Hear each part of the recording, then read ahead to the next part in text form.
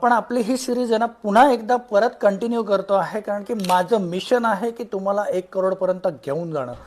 तसंच आपला जो जुना क्लायंट बेस आहे त्याच्यामध्ये काही जणांचा पोर्टफोलिओ ऑलरेडी 1 करोड क्रॉस केलेला आहे. त्याच्यातले आज आपले तिसरे क्लायंटचा पोर्टफोलिओ आपण शेअर करतो आहोत.